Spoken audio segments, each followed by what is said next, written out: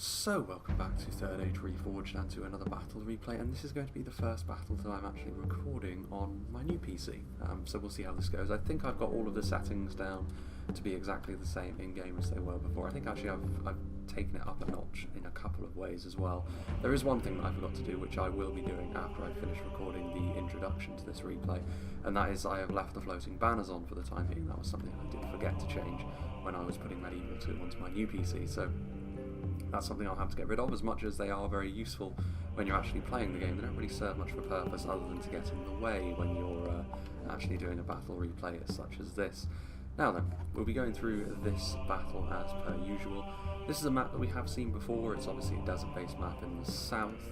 Under normal circumstances as well, we do see the defenders hold on to this section of the map over here. Even though the greater terrain is over here, we do have a tendency to see the defenders post up over in this position, which is fair enough. I mean, this hill is a good defensive position to fall back to. You can also try to catch the enemy between you as they advance through the valleys, which that is a problem. We saw how effective crossfire can be in a couple of the more recent siege battles, but for the most part in a 5v3 like this with more open terrain, good opportunities for the attackers to be utilising their own archers as well. You get the sense that this is going to be a pretty difficult battle for the defenders to be victorious in, but we shall see. I've seen stranger victories, certainly. First and foremost, we shall start off with Canned, played by the Wound Raider. Now, Canned, I don't know actually if this is a lore-friendly battle or not. I know that it's... yeah, so it's all evil factions on the defence between Harad and Umbar. So I guess Canned, we'll have to just say that they took up the Blue Wizard's offer to defect to the forces of good on this occasion. They've got some Murad Windblades. Now, having some cavalry at your disposal on a map like this is going to be useful, especially ones as quick as the Windblades. They're one of the quickest units of cavalry in the game, and because they're melee cavalry as well, it makes them very, very good at hunting down on cavalry units. There are a few melee cavalry which are going to be too tanky for them to deal with, one of which is in Umbar's possession. We'll see if they've brought it. But for the most part, enemy cavalry is going to want to steer well clear of a unit like the Windblades. Still a very useful unit, even in the old version of the game, which this is on. Got some nomadic scouts as a unit of riders as well. Javelin cavalry is also good for the same sort of thing, dealing with enemy cavalry. If all is, if they don't have any cavalry to hunt down, though, they can be utilised as regular javelins as well, which is why it tends to be a good idea to bring javelin cavalry if you're on the attack in a situation like this, because you can stop any sort of sally forths, or at least make it a lot more awkward for the defenders. Or you can use them as regular javelins when the defenders dig into a good defensive position, and it's just another unit of skirmishers the defenders will have to concern themselves with. Brotherhood of the Sword are here. They look like dismounted versions of the Windblades, only with red colorations rather than purple. They're not quite as impressive in class as their horseback brethren, but they're still a very good unit. Their melee defense is extremely high, so against lightly armoured factions they can do a lot of damage and keep themselves alive. So against Harad, actually, they're fairly ideal as far as infantry goes, less so against the more heavily armoured Umbar, but they've got other units that can deal with heavily armoured units. The Brotherhood of the Spear are defensively a little bit more safe to use, you would suggest, given the fact they've got that big shield. They've got the general defensive abilities that spears have, especially with regards to their mass and their ability to hold the line, a little bit more so than the Brotherhood of the Sword, but they are going to be a little bit less capable of dealing damage to forces like Harad. The Spear Malice will still be coming into effect after all, so they're more of a completely defensive unit outside of dealing with cavalry. The Brotherhood of the Sword have got a little bit more of an attacking edge to them, but still, two units that are perhaps a little bit better at keeping themselves alive than doing damage to the enemy. Nomadic Warriors are a very entry-level unit of line infantry. Now, when you're on the attack, you have to make sacrifices somewhere. Canned are a faction which can go extremely numbers heavy. You rarely see them do so in an infantry standpoint, because a lot of their basic nomadic units are pretty bad in terms of the quality they offer. In a similar way to stuff like how the IMLADRIM Marauders are pretty bad, but numbers are a quality all of their own, and I think that is going to be important in a battle like this, because if you can overwhelm those defensive positions, especially if the defenders, I should say, decide to split up across several hills, having numbers to overwhelm each individual position is the sort of thing which can definitely be a big problem for them. Several units of Murad halberds and footmen. This is the classic thing that Canned will do. The halberdiers are of course a very good anchor, armour piercing as well, so it's the sort of thing that Umbar will be quite concerned by. Another armour-piercing unit is the footmen themselves, of course, who have got that big wicker shield as well, so they're a little bit more resilient to arrow fire than they otherwise would be. They're decently armoured, but it's not the finest armour in all the lands. But a very, very dependable front line, very similar to the one that Rune has. Rune have maybe got a little bit more finesse to those units, a little bit higher stats, but the Neurotic Footmen's shield, I think, actually kind of makes them probably the better of the two setups. Variag Bowmen can also do very well in terms of their foot archers. The Variag Bowmen have got a buckler to do a little bit of damage negation against enemy arrows, and they themselves can trade back and forth very nicely.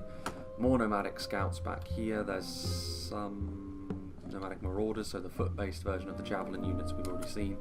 And finally the Storm Guard, by far and away the most impressive Khan's infantry units. Time and time again we've seen them punch well above their weight really in terms of the amount of numbers they're having to deal with. Other elite units tend to struggle against them as well because the armour piercing and the long range of their weaponry is often a very big problem for others to deal with. Now we move on to Dorwinion. It's been a little while actually since we've seen Dorwinion. The split between the elven units and then the more heavily armoured but more rank and file human units, played by Medexa here. The Hammer Guard aren't really rank and file, they're the bodyguard human unit. They've got a shield and of course armour piercing, exactly the sort of thing which will be useful against the likes of Umbar. We've got some Morroquendi bows over here, the elven archers. They're not the most efficient units using a skirmish fight because their armour values are not super high. But their damage values are. Their poison arrows as well means that routing could be induced, especially among the more disorganised Haradrim. Elvelyn marksmen are going to be good at skirmishing with the enemy as well. There's only one Umbar army on the defence, but they've really got their work cut out in terms of having to skirmish with factions like Khan and Dorwinion already. We have a unit hidden there, could be Keldwyn River Patrol, could be other elven units as well, like the Nandor Blade Guard. We've got the Elvelyn infantry here in numbers as well as the Elvelyn Blind Guard, so going for more of a human-centric approach here, which when you're on the attack, you're somewhat limited in the amount of elven units you can bring as Dorwinion. And the Vine Guard and infantry, while they're not exceptional units, they will certainly not let you down. They're very dependable. They've got decent stamina and also good armour as well. Moving on to the third attacking army, we have Amroth, who are somewhat closer to Harad than the others we've seen, well, than Dorwinion certainly.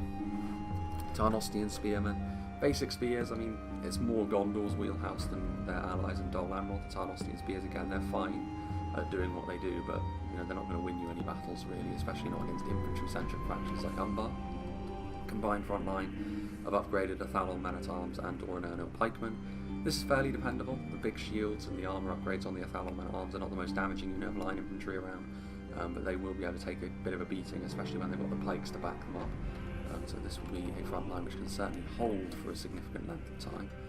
We've got some Perithal champions, Dismounted Knights of Silver Swan, Haven Guard, and Black Swan Renegades. So all of these higher end units. I mean, the Perithal champions and Black Swans are merely high tier units, heavy swordsmen and macemen respectively, and then the two multiple HP units. Although only really the Haven Guard I would count as Amroth's bodyguard unit. The Dismounted Knights of Silver Swan occupy a bit of a weird position in the sense their stats are not really up to the same level as many of the other multiple HP units.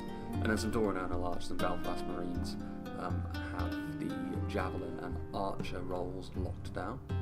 Then we have Lindon, played by Hertu Mihai. Certainly they've come a long way, they would have had to come by water. Lindon obviously have got armour problems outside of these units. The Noldorin units do have really good armour. The Blade Masters and the Guard. The Blade Masters being the bodyguard tier unit, of course, similar to the Haven Guard we've just seen, only the Noldorin Blade Masters should be a little bit stronger. Noldorin Guard are a fantastic unit of line infantry as well, though very, very expensive. I imagine Lindon's army is going to be slightly smaller than their allies on this occasion, as most elven armies are. Mithlond Lancers, they have some javelins, and then obviously they can charge in as well with their lancers. I don't know how useful they're going to be, but the javelins are going to be useful for the same reason as the nomadic marauders, but the Mithlond Lancers come at a premium, and they are also just as vulnerable to missile fire. We have some Forlindon and Mithlond Marines. The Forlindon Marines pull out a spear, the Mithlond Marines pull out a sword when they're out of ammunition respectively, but Lindon do have access to a fair amount of javelins, so it makes sense to bring them. Harlindon Infantry, Forlindon Archers, so plenty of line infantry here, as well as some Forlindon pikemen as well. So yeah, fairly run-of-the-mill for Lindon when they have to cut corners a little bit in terms of what they can bring based on their budget. And last but not least, we have another Amroth army played by some of the Dunedain, so we'll go through this one a little quicker. Haven Guard we've already seen, Belfast Marines, the Javelins we have already seen. We didn't see any Tirithea marksmen, Heavy archers we saw from the first armies more so than this one, but good to see another contingent of them. It will make the attacker's job a little bit easier when it comes to pushing through the lines. Parathil riders, horse archers is an interesting choice. I mean, it is a more open siege map, this.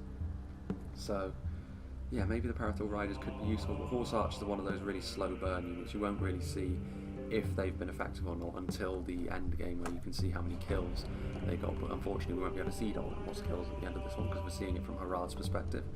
Dismounted Knights of the Silver Swan and Tarnostian Spearmen again. A lot of Dorwinion swordsmen, so seeing that their budget is a little bit more constrained, some of the Dunedain has decided to go for a lot of Dorwinion swordsmen instead, which is good to see. Got some Black Swan Renegades as well for more of that armor piercing, and then a unit of civilians as well, just to round out the rosters. Now then, moving on to the defenders, we've got 2 Harad forces and 1 Umbar, starting off with Darthy Darth and Harad. We've got some Hashari Shadows. Mounted Rangers, of course, will maintain their body piercing in the next patch, so Harad, one of the very few that will retain access to the Rangers in their current guise. Now then, we have some Black Serpents, very fast moving. We've already seen a few examples of units that can hunt them down, however, including the Windblades. I mean, the thing about the Black Serpents is they're very quick, but so are the Windblades, so it could end up being a bit of a micro battle there between Harad and Khand. Black Serpents could be devastating off the charge if they get charges off, which is easier said than done for defenders in any situation like this. Southron Archers, foot-based rangers as well, and the Hashari Stalkers, they will of course lose their body piercing in the next match. And the Serpent's Fangs, the heaviest archer Harad have by a country mile. They also come with poison arrows, so routing could be induced by them a little bit more easily. We have some Southron Pikemen, we have some Southron Warband, so cheaper units, but they do have armor piercing as well, and it does allow you to spend a little bit more on units elsewhere, including on upgrading your dismounted Serpent Guard, who are going to be really good, especially at dealing with some of the lighter units that the attackers are trafficking in today. So Lindon and Dorwinion's Elven contingent will be given more of a run for their money as a result of the Serpent Guard being present, but of course everyone knows that Harad's real strength lies in their Trollmen units, the basic ones, the Champions of Nafrat, the Bodyguard ones, and then of course the Javelins, the Demons of the Desert, absolutely devastating. All of these units are going to be where potentially Harad can win or lose the battle for their team, combined with the Rangers. That's a lot of potential damage that can be dealt.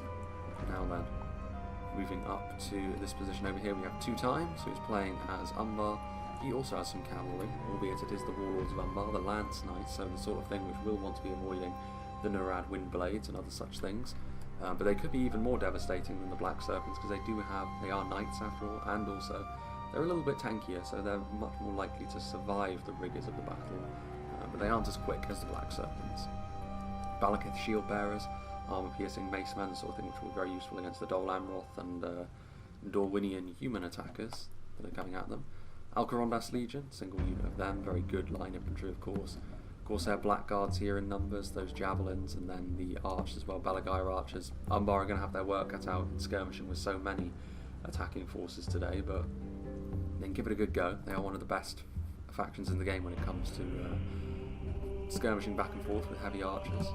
Alcarondas Legion, Narunara Royal Guard, very good heavy archer as well. Ardenheim Shield Guard, a really strong front line, maybe not quite as damaging as the Alcarondas Legion, but they are locked morale, and their defensive abilities are a little bit more like it. Harbingers of Castamere, got more Balakith units back here, so the Axe Guard and Shield Bearers, that's more armour piercing that they can bring to bear. Some Castamere's Rangers, we can actually see that's one way that we can see the hidden units, I suppose, in the composition phase, is by leaving those banners on. Castamere's Rangers and nothing else down there. And the final army is by Winged Swordsman himself, who sent me this battle replay, so big thank you to him. He is playing as Harad as well, so again, 2 units of Trollmen, 1 unit of Champions of Nafram, 1 unit of Demons of the Desert, going full in for the Trollmen, as you will. They're just too good not to bring for Harad in this version of the game. Dismounted Serpent Guard once more. Also got some Luhad Berserkers, so some lower end armour piercing, but again, will be useful against those more heavily armoured units. Some Southron Pikemen for holding the line. Again, Serpent's Fangs and the Hashari Stalkers. Plenty of Southron Archers as well, so Harad going to be trying to get involved in the skirmishing as well, albeit with more numerous units of archers. And then finally we have some Luhad Beast Hunters as well, so some more basic Javelins. Plenty of ranged power for the defenders here. They're going to be leaning on that quite heavily. They're going to need to get good value off of their 2 units of high-end cavalry as well, which on a map like this is doable, but not easy. The terrain will actually work against them in that respect, but obviously the terrain is also very important for how they're going to set up defensively, but we're going to make a little cut here because it's going to take a little while for the attackers to cross the open desert to actually start attacking this hill, and maybe this one, depending on where Darth decides to go. So yeah, I'll make a cut and we'll rejoin when the battle is getting underway. So rather unsurprisingly, the defenders are going to be taking up a consolidated position on a singular hill rather than trying to split themselves across two, which would have been far more risky. And they are going to be shooting down into the attackers as they advance. Now it is worth saying as well that the cavalry they had hidden, the unit of Hashari shadows that were hidden in the hills, were actually released as well. I think because they were uncovered, and perhaps the attackers being rather generous allowed the defenders to salvage themselves from what was ultimately a failed ambush, I suppose. So that's very sporting of the attackers, because losing a unit as potentially devastating as the Hashari shadows this early on would have been a real kick in the teeth for the attackers' chances of winning this fight. But men are moving forward, revealing themselves from being hit very, very weak unit in terms of their defensive prowess, of course. And the armor piercing won't be all that useful against the vast majority of the IMLADRIM defenders either, who seem to be taking up the position of the first line of defence.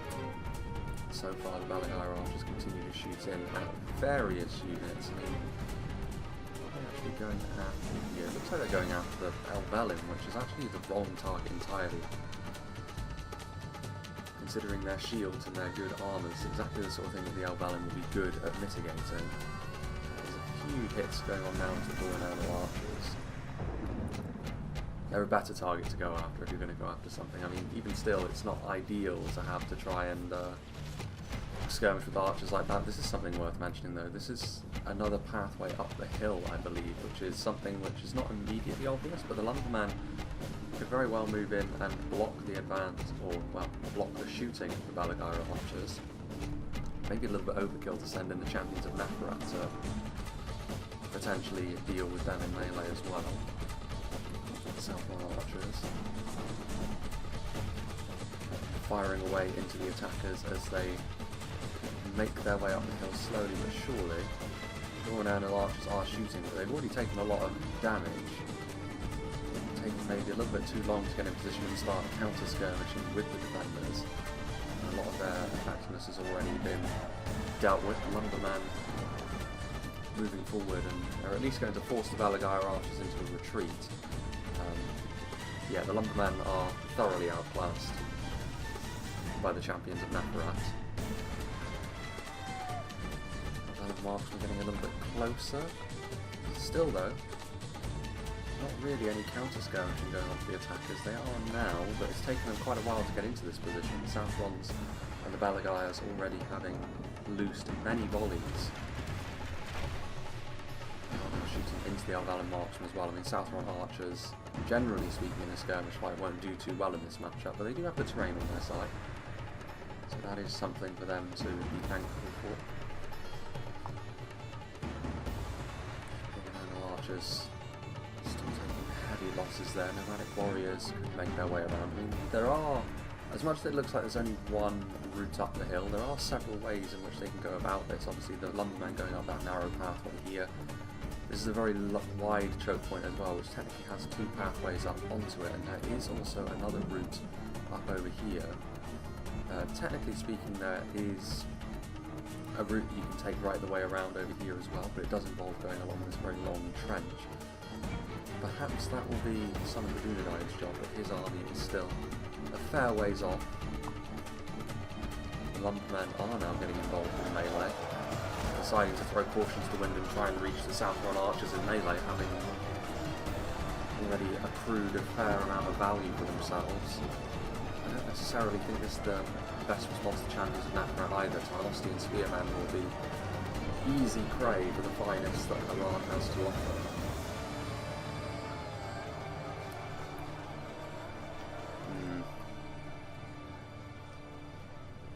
Then we've got Mithlond Lancer still moving around. I mean, Lindon probably best off waiting for canned Amroth and Dorwinion to be the ones to soften the enemy up. Lindon, in theory, should be a difficult matchup for especially Harad to deal with. A combination of champions of Neferat and Southron pikemen now, so the discrepancy between the two sides in this engagement should be fairly high. Although the Southern pikemen do seem to be having issues getting their pikes down and in formation. Interesting. Shari Shadows, the unit that was saved. Amroth continue to move forwards rather slowly. Not Leech's army already here. So a few arrows coming in from the depleted Dorwinion archers.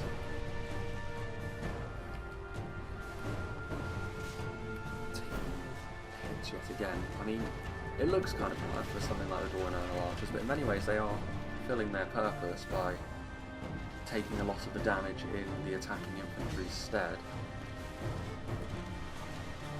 Not a huge amount of damage done in return.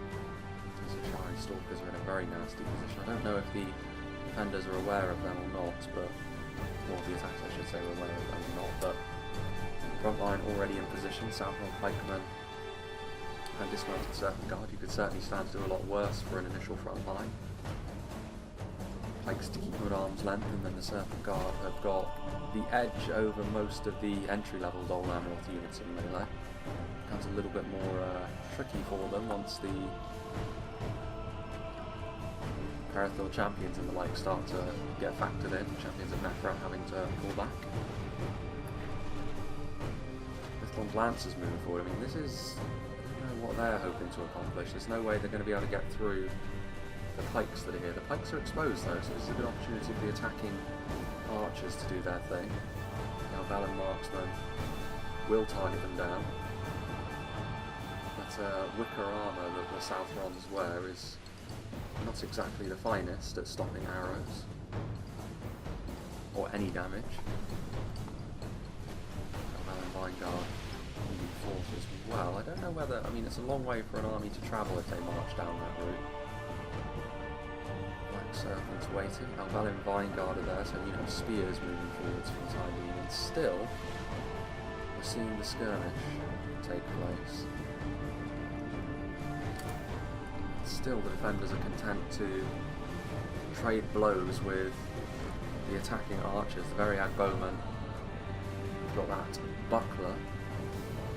Between them and the Alvalet marksmen, I mean the Alvalet marksmen have got the better armour, but the buckler means that both of these two archers are going to be relatively similar in terms of the effectiveness they lay down. With one Lancers now trying to soften up this front line before a general advance is ordered, I would assume.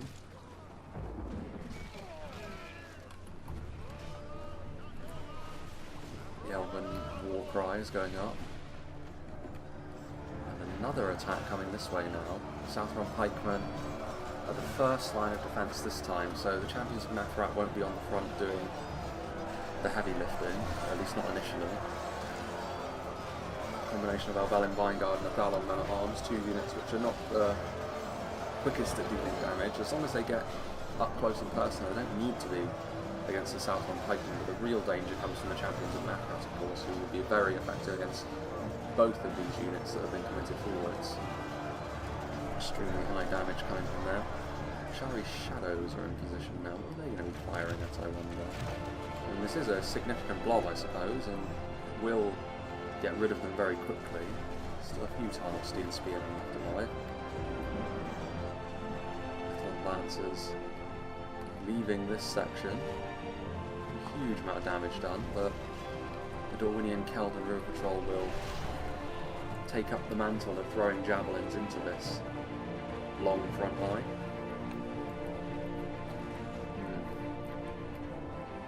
And the Alvan Vanguard now leaving.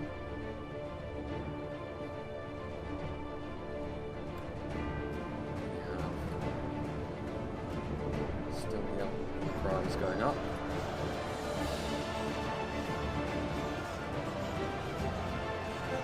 Oh, actually there is something I completely forgot to do.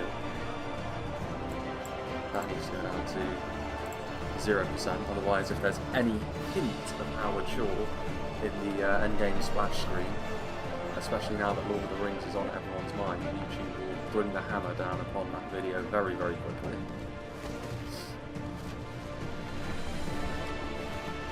Archers still firing at enemy archers. This time, if it is for Lindon archers, at the very least they should fall away pretty quickly. Very limited armour that Lindon have available to them. Indeed it is.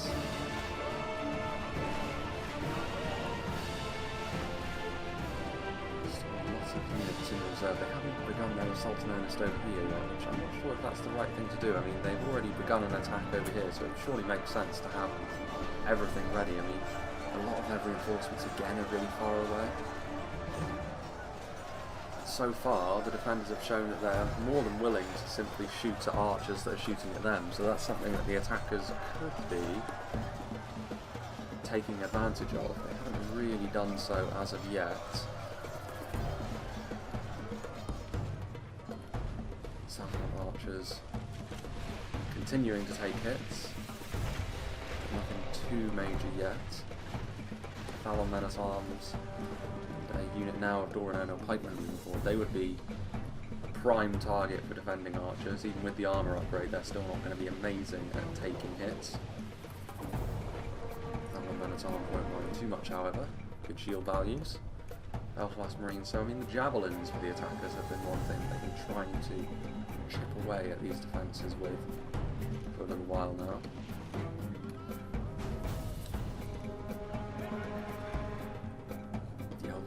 Continue. Now going after the Kelvin River Patrol as well. You can see just how quickly they're getting scythed through. There's Ashari Stalkers doing the business against them. Those Gambesons not substantial enough to withstand the arrows of the Rangers. Very depleted unit, very bowmen moving in now. I mean, every time the Ashari Stalkers reveal themselves, they should be being targeted. Finally, we do have an infantry advance on this front line, now that it has been softened up a little bit. A single unit of Tarnostian spearmen alone won't be enough, but if more infantry is forthcoming, then maybe it will start the domino effect that is required for the attackers to start really pushing the defenders back. Nurab footmen, and to be fair, the armour piercing won't be entirely wasted against the dismounted serpent guard either, and their shields will protect them from any sort of support that the defenders want to give from their archers. And try and just force their way through here, which is the problem of having a thin front line. I mean, I don't really know what the attackers were expecting there. That unit of Tarnostian spearmen routing as they were sent in, all on their lonesome to try and deal with the front line, which had been damaged, but was still certainly strong enough to withstand a single unit of spearmen. Meanwhile, just a little bit more like it perhaps, identifying where the line is a little bit weaker and trying to push through with a unit of infantry.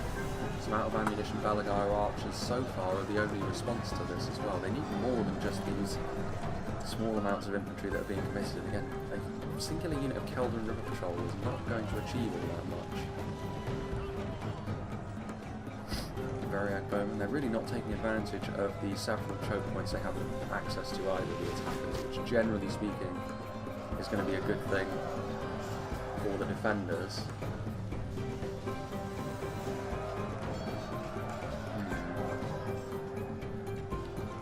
Southern archers shooting at something back down there. I mean, there are Lindon units in range, and they would be the first port of call for most archers that are trying to get good value. And so far, I think the Southern archers, despite being very run-of-the-mill as far as archers go, I'd be surprised if we didn't see them in the endgame splash screen achieving a good amount of kills.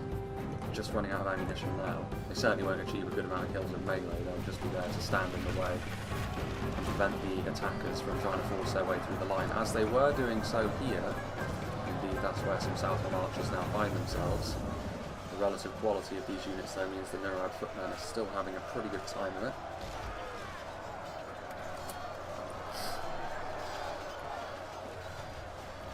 Bowman shooting at point blank. This is interesting. A little bit of a counter-attack maybe from the Ardenarian shield guard. Moving in, and as far as spears go, they are superior to the EMYN guard, but there aren't enough of them here. Outnumbered as they are by the forces of Dorwinion and Canned. River Patrol moving forward to also join in on the festivities.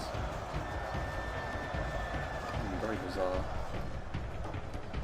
Shari Stalkers getting pinned by arrows as well. This is the sort of unit they can't really afford to be losing. If there's no chance of them going back into cover, then Winged Swordsman really needs to be retreating his Ashari Stalkers here. Yeah, better late than never, I suppose, but many of those Stalkers fell by the wayside as a result of inactivity. Warlords of Umbar moving forward through the rather large gap which has appeared in the front line. Champions of Natrat moving forward with the Ardenayim now. Dorwinion and Archers trying to overlap on the lines, but they're not exactly the kind of unit which is built for doing this sort of thing. I mean, it's worth the attempt, I suppose, if they are out of ammunition, but they rout almost immediately as a result of encountering Serpent Guard in healthy enough numbers. Nomadic Scouts attempting to use their javelins on Champions of Natrat, succeeding in using their javelins on the Champions of Natrat as well.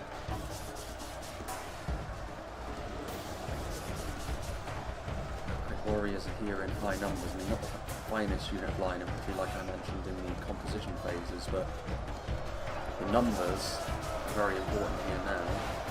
Poison projectiles being loosed. Serpent's Fangs must be firing away, and this is leading to the Neural Footmen becoming shaken, but and now wavering, even though they're still fighting against units that individually they can overcome. Their morale may crumble as a result of that.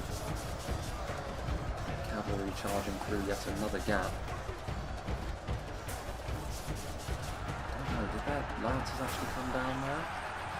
It's kind of hard to tell.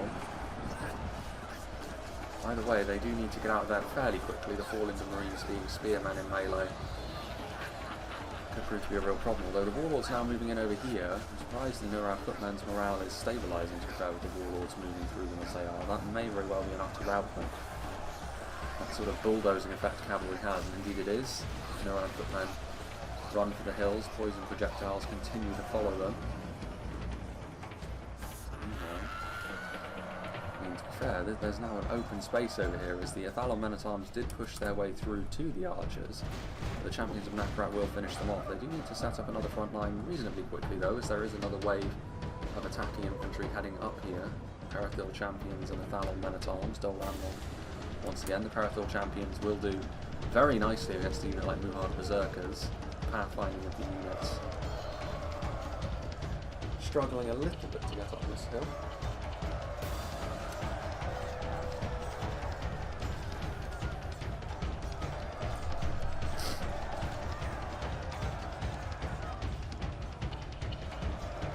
Champions of Natrat have seen quite a lot of action at this point, but they should still be enough to bring down these forces. The Parathil Champions will do more damage in return than any of the units that have been committed up to this point, however. A few javelins coming in, try and help do a little bit more damage to this front line. Down the hill, another shower of javelins spew forth.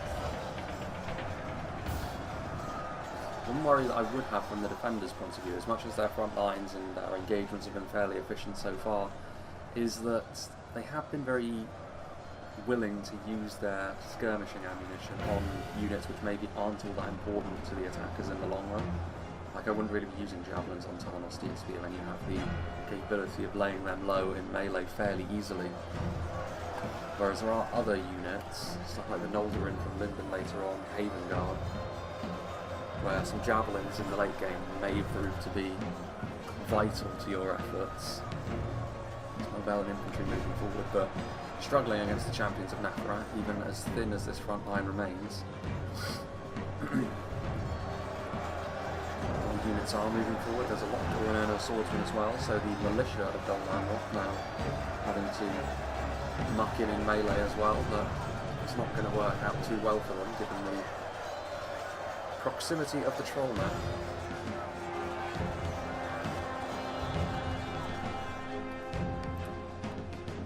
Elsewhere, we've had Berserkers taking up the mantle on the front line all on their own now, which is a bold move because the Parathil Champions, like I said, will make short work of them really. There's the support coming in from those Castaneer's Rangers, mind you.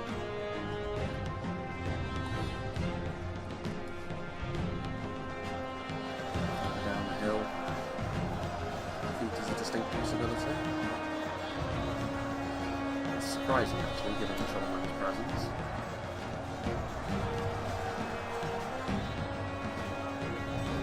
The Dorwinion swordsmen are really not up to the task here, along with the EMYN. Trying to wear the defenders down, I think, the attackers, with a consistent assault of units which individually are not going to be good enough, but over time, hoping numbers maybe will do the business for them. I mean, Harad and infantry are up to a little bit more in melee, but they're being met by Alcarondas Legion. Footmen will be of help, however, against Umbar. Armour piercing at its most useful against the Black Numenori in numbers.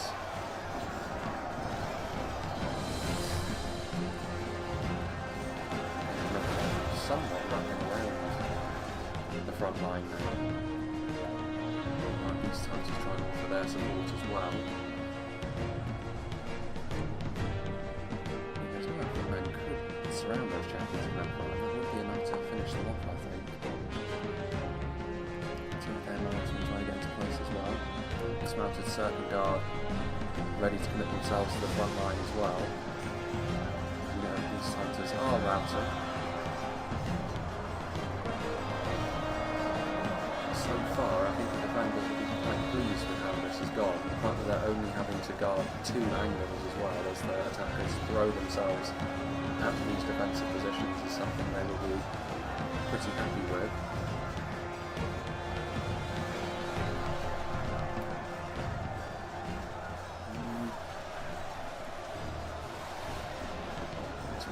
Continuing to fire.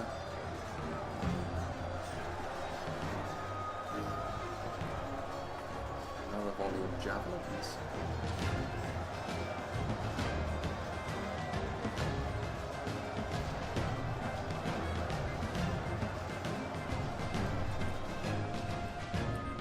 Still got a lot of defenders over here. I guess they kind of need to have all of these units over here in case the attackers do change their mind, but more and more you can make this more of a token effort of a defence, I think, and you can siphon off more units. I mean, a few units of Southron Warband would certainly help shore up the defences over here for just a little bit longer.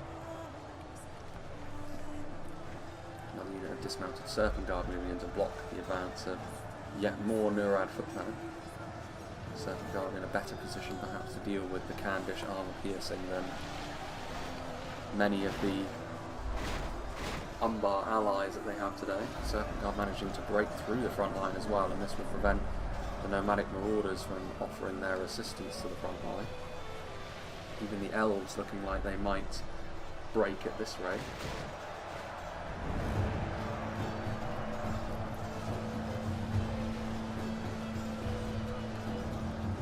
Also back there. Forced back down the hill a little bit more so. I mean, the champions of Nafarat maybe getting a little bit too greedy. Orikandi bows able to fire in. Surely the champions of Nafarat are the true target there. Balagai archers again forcing the attacking archers onto the back foot. I mean, so far that has actually worked out very well for them, and stuff like Balagai Arch and Southron Archers, in all fairness, can be used for that purpose better than most. Now going after the Alvalan marksmen as well, continuing to try and blunt the attackers' fangs at long range. Warlords of Umbar still very much alive, attempting to charge in. More Dorwinion swordsmen moving forward, engaging with the Serpent Guard that managed to crack through the lines. You have berserkers charging in the background as well.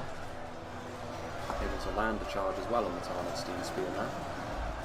Not a huge amount of damage done initially, but the armour piercing will help, and yet more Serpent Guard moving forward as well.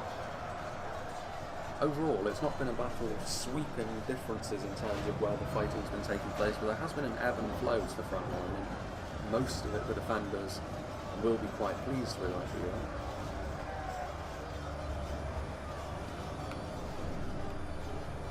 Arrow fire from on high. Nomadic marauders need to be careful they don't rout. These javelins will be very important moving forwards for the attackers if they wish to turn this around. A lot of attacking archers still shooting their shots. Shari Stalkers falling by the wayside one by one.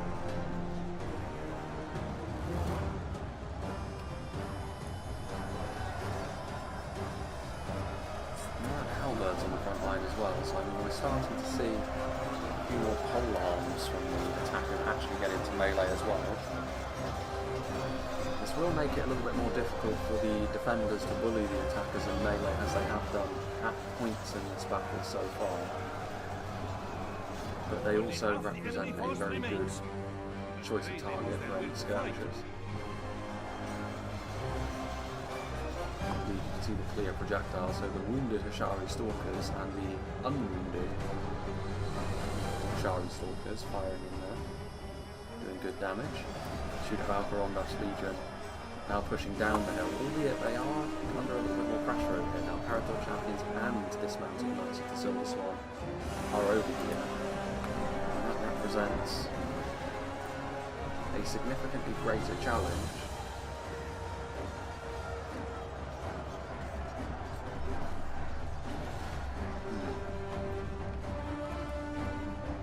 War cries continue to sound.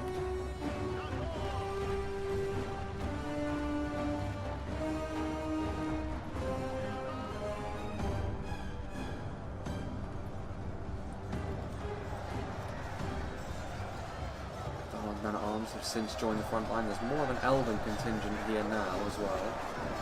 Albalin infantry, so the pressure is being cranked up a little bit now on the defenders, you feel. More and more the attacking force seems a little bit more substantial. The units that it's made up of seem to be a little bit sturdier in nature. The front line still hasn't really suffered too much, and with the support coming in from the Rangers as well, there is still every chance that this could be an efficient fight still for the defenders, but I don't know.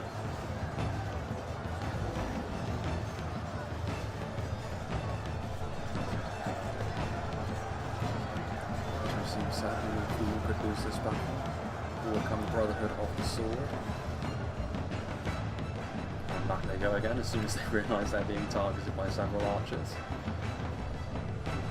Still trading back and forth. The Tirithea marksmen in two very distinct blocks, but Demons of the Desert representing a very good target for all of the attackers to go after.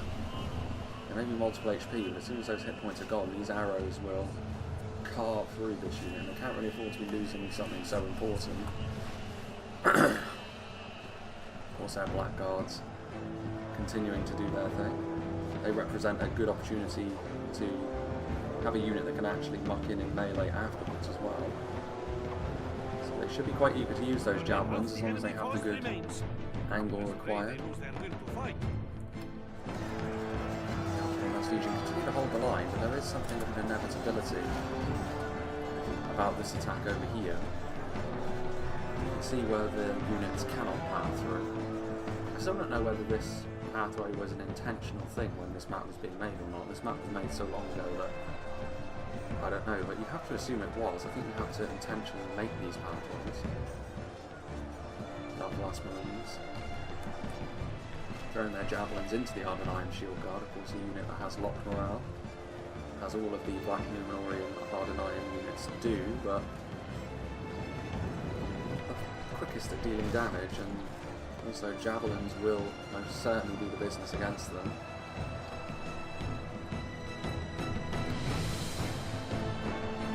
Starting to push their way through some of these areas. Of course, our Blackguards getting engaged in melee by some allied men-at-arms.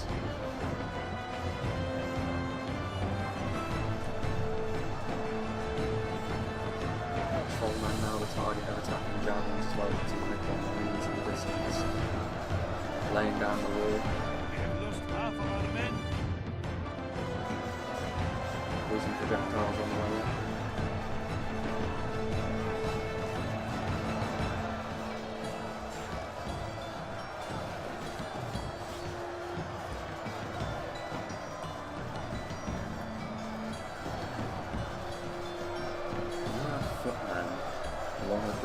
sword going up against mostly Southrons. Another example perhaps of the defences starting to look a little bit ropey. There isn't really much. There's some Demons of the Desert on the way forward, but maybe they're already future-proofing. These units over here really should be being moved off at this point. Darthy Darth's units that are over there. Otherwise they could end up getting cut off if they have to quickly retreat up to the hilltop here. They do have units up here which can certainly make a good fist of a last stand, but there's still enough numbers for the attackers that I'm not sure whether you would be able to see victory come about as a result of that. I guess you could utilise something like the Demons of the Desert very effectively. Some champions of Nakarat in here now, and they are actually turning this fight around slowly but surely. 4 Lindon Marines being added into the equation. Not going to be enough to flip that result at all. Customers are injured, getting closer to the danger zone. This is a big push as well. Elven Pikemen now getting involved in frontline fighting as well. Trollman and Serpent's Fangs in there. Serpent's Fangs are a good melee combatant as well, but I don't know. Maybe they've committed a little bit too much here, the defenders, to what is ultimately looking like a lost cause.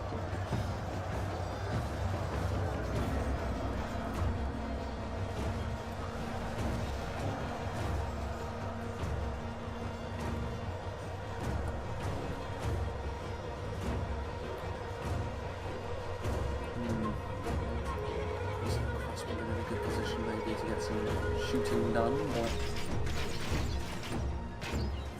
their crossbows is they are very much glass cannons, and with Morroquendi bows being ones to target them down as well, I can't imagine they're going to last too long under this kind of attention. They can be devastating in the very late game and there's nothing left to respond to them, but in this kind of situation I think the attackers will be all too pleased to see them come out in range of their archers. Iron Royal Guard will be shooting down the hill as well, but wave after wave of attacking units coming forward now. Nurad Halberds. Is that a rout I see? It is. A significant rout as well. South Hungary Band abandoning their position on the front line just for another wave of Dorwinion units to come forward as well. So they should start flooding in, and they could start really overwhelming this defensive position now as well. Trollman and Harad there to plug the gap, but this seems like a temporary fix at best. Warlords of Umbar maybe with a good opportunity to charge into some units as they move through the gap. That wasn't the best of charges, however, unfortunately for them. Only half the enemy force remains. You must pray they lose their will to fight. Indeed. Morale shocks at the hands of this cavalry could be one way of accomplishing that. The Lancers do come down this time, so that will be enough to kill off a few of these Elvalin. Forward comes their some nomadic marauders. To muddy the waters a little bit, however. Make the job of the warlords just that little bit harder, but yeah, this front line, surely it stays in number now. Again, spilling around the sides. Belfast Marines now the ones to find a gap. Half the enemy force remains. Not the scariest units in the world to have penetrated the front lines so far, but the fact the front lines are struggling like this at all is a worrying sign. Victory seems certain for the Corsair Blackguards. Facing off against the scraps of some of the Belfast Marines that got in and around the front lines. More Elven pikemen and more Dolan Lothian pikemen making their way to the front lines now. More javelins. Maybe there will not be a retreat to the final stand. Maybe the defenders instead will elect to throw everything forward and try and break the attackers. With the Balakith Axe Guard and the Warlords, that should be enough in the long run to send these Elvelin packing. I don't know, I mean, it's a lot of Nurad Halberds. Pole arms are one way that you can keep very dangerous foes like the Trollmen at arm's length.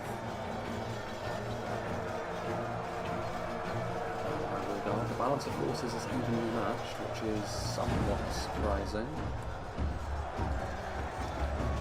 Victory seems certain for the Corsair Blackguards still.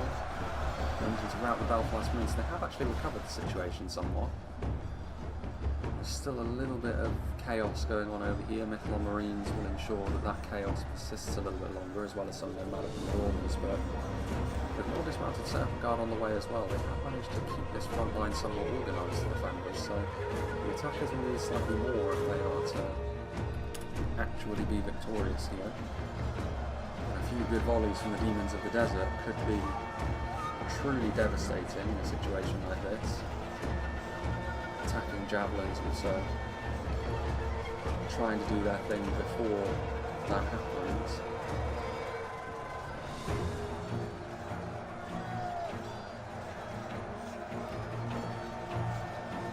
He's almost sent for the Trollman.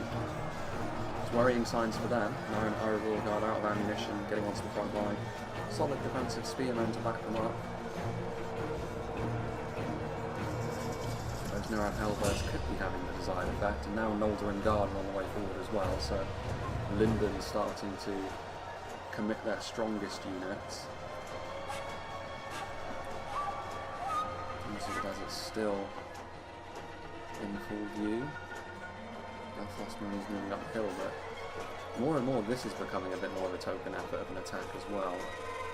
Still some Waxman Renegades way back over there, but they're running out of reinforcements to provide. There goes Wooden Swordsman's General. I don't know if these Demons of the Desert, either of these two units, have been all that effective. I think they've been shot up pretty good at every opportunity, but if they have had some effective volleys, we've sadly missed them. I mean, we'll find out in the endgame splash screen, I suppose. There are some Hammer Guard in here now, though. The strongest unit of Dorwinion in field and melee, at least in the army they brought to them. No Glade Masters.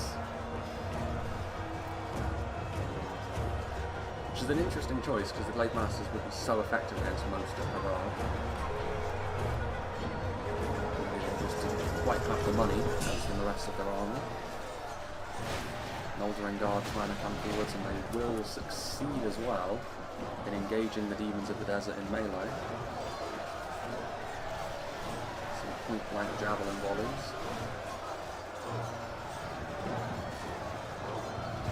Now they're scurrying away once more.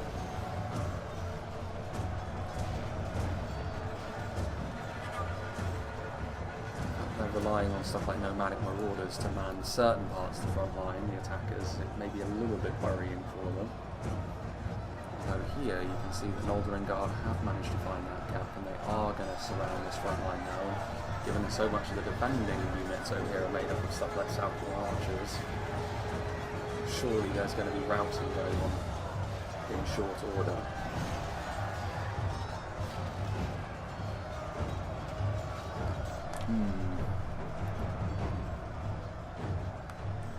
More Sathron archers maybe isn't the answer, but if it's the only thing they've got on hand to actually commit forward, then it's better than nothing.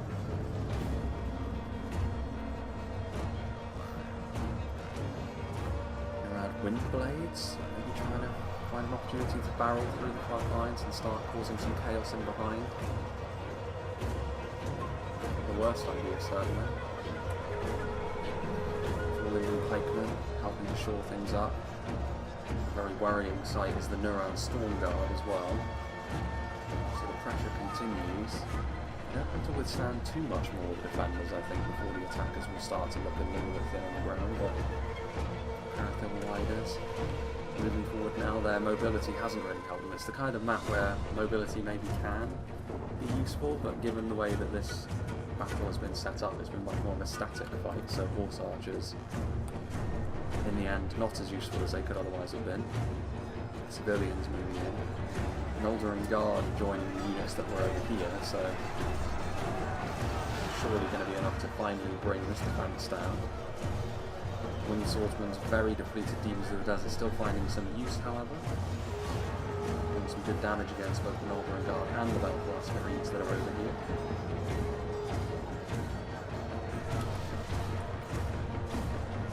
Shadows and Trollmen roaming around. This front line, I mean, there's so much of it has seemingly been made up of a mix of very good units and very poor units. So Southron archers going up against Dorwinion Swordsmen, it's hardly enemy what are you would call badly a bloody. clash of the They titans have now, lost isn't it? half their men.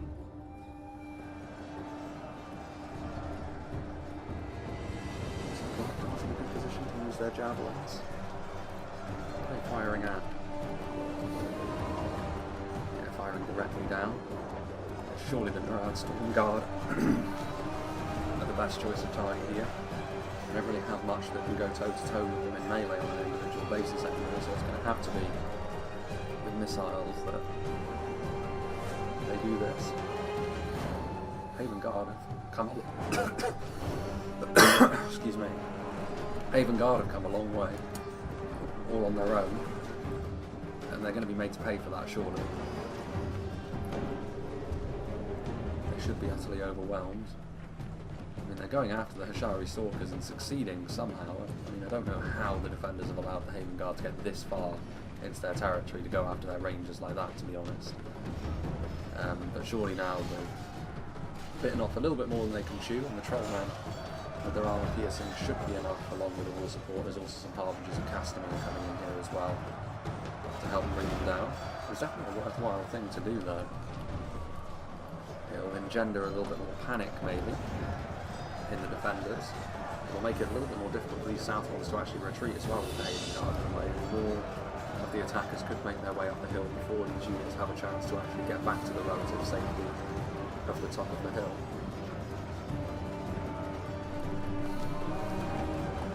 Here come the south ones. Also have Black Guards having to hold the line against far too many units. This is more of a transitional phase at this point. I think they've maybe left it a little bit too late to retreat to a final stand like this, the defenders. Or at the very least, they've risked it by leaving it this late. Noldorin Blade Masters on the way forwards now. I mean, it kind of depends on how much the attackers have left. Got a few units, Blackswan Renegades, Wanderers of Nimrodel could prove to be a problem. Some dismounted Knights to Silver Swan back there as well, so some decent units, all things considered.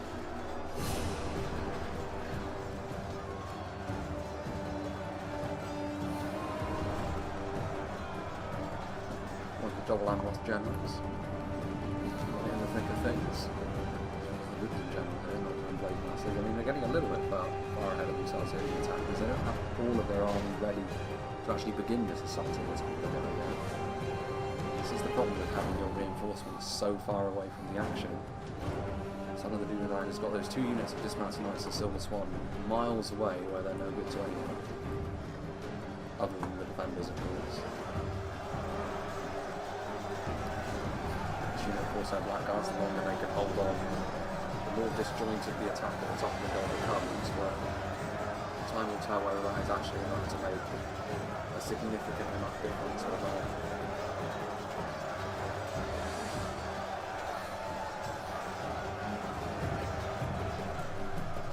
Blades.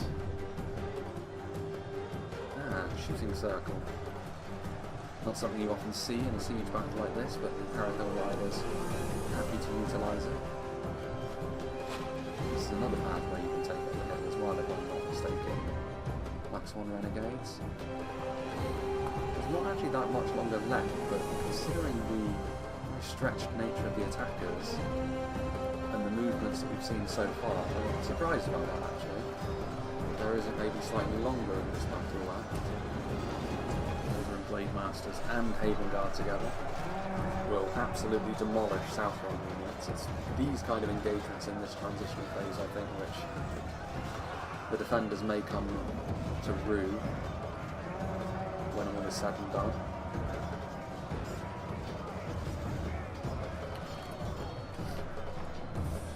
Still shield bearers. I mean, there's not an insubstantial amount of defenders back here. There's more champions back there. 2 units of them. Strong units, but Southern archers doing their thing. Still shooting at enemy archers for all intents and purposes at this point. Imperator riders. Also crossbows. What are they doing? Again, going after Mithril Lancers. Look how depleted they are. Not the right kind of target here. The defenders have been far too eager to shoot into units like that. You've got to be a little bit more savvy with your ammunition and 5v3. This is the kind of thing you want to do. Shari shadows firing into this blob, which includes such important units for the attackers still. All of their strongest units like Hayden Guard and Northern Blade Masters. A few units making their way forwards. Balakith's shield bearers there to block the further progress of the 4 Lindon pikes.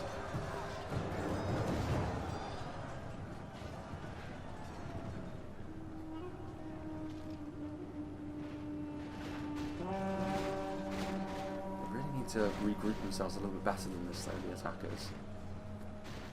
And if they do go on to win this battle, like, that would be my main criticism of the attackers, the fact that they've just been far too stretched across the entirety of the battle, far too eager to send individual units into a situation that they're very unlikely to achieve much in.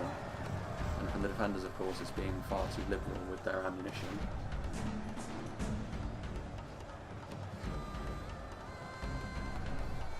Both sides have got one main point I would have changed, but time will tell. The enemy's general lies, they run like children. Scour them Imrahil from the field. shanked by a Southron pikeman. Archers of Castamere making up a portion of the front line as well. Yeah, I don't know, I think maybe they've really missed a bit of a trick here, the attackers. Still bottled up, there's still enough pikes, including the mighty Aru Sentinels on the front line, to the point where this is going to be pretty tricky. I'm having a look.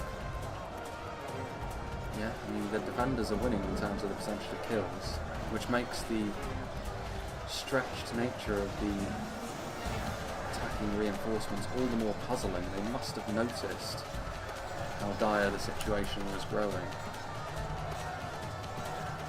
They did nothing to remedy that really, and I think that is going to result in their ultimate defeat here. That's when Renegades trying to push through the line. The Mace Men.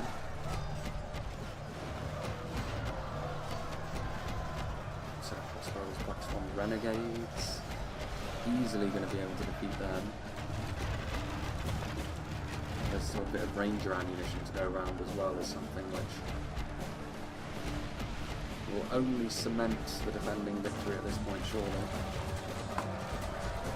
Defenders need to enjoy this luxury while they can. Soon enough, Rangers will lose access to their all-conquering body-piercing projectiles. I think as long as it comes in conjunction with several other balance changes, the defenders don't need to worry too much about that. The fact of the matter is, this is a crutch which makes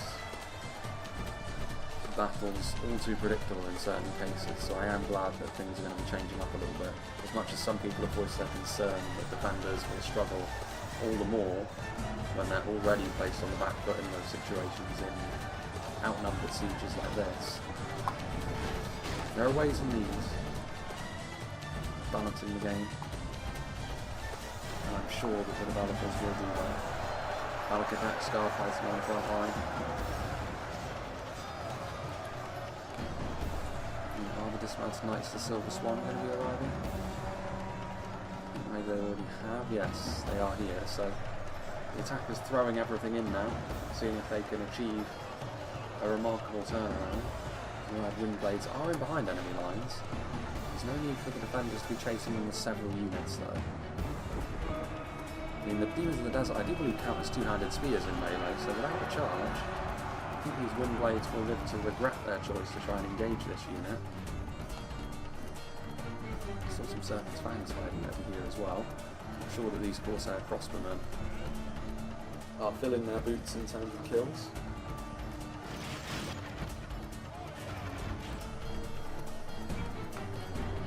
And with more champions of Nathra as well committed forwards, the quality battle is not going to be something which the attackers can count on too much. Storm Guard getting hit by crossbow bolts as well. Haven Guard fighting bravely on this front line, given they were sent in first into a solid wall of pikes, but their fate is all but sealed as well. It's a decent charge from the Windblades there. So Serpent's Fangs now finally do reveal themselves in an attempt to get rid of this nuisance. Shari Shadows firing away. More of the Trollmen. Not too surprising to see that there is still a healthy amount of Trollmen left standing. Champions of Nafrat charging down the hill as Dol Amroth quit the field. All of those just has a Knights of Silver Swan running. And this has been a well-fought battle, I think, by the defenders, and I do think they are worthy victors. The attackers, certainly there is more to point out in terms of things they could have done differently than the defenders. For the defenders, it's really just their gung-ho attitude towards their ammunition, which we have seen prove to be the downfall of many a defender in the past, but not so here. As for the attackers, like I've already said, reinforcements too far away, one of the main things, but also the fact that they were all too willing to turn this into a 2 choke point battle when it could have been 4. They could have gone around, they could have spread out the defenders a little bit more so, rather than especially that front line over there, which was such a meat grinder, allowing the defenders good opportunities to use their javelins, crossbows, and especially their rangers in such an efficient manner. You're asking for trouble if you're the attackers by doing that. You always need to try and make the battlefield as big as possible in a 5v3 like this, so you can really press home the advantage of your numbers, and that's not something the attackers did here.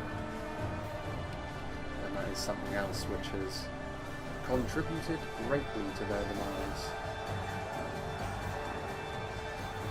At this point it really is just cleaning things up. The wind blades still trying to get as many kills as they possibly can. There's the Candish general. The savage Trollman butchering him.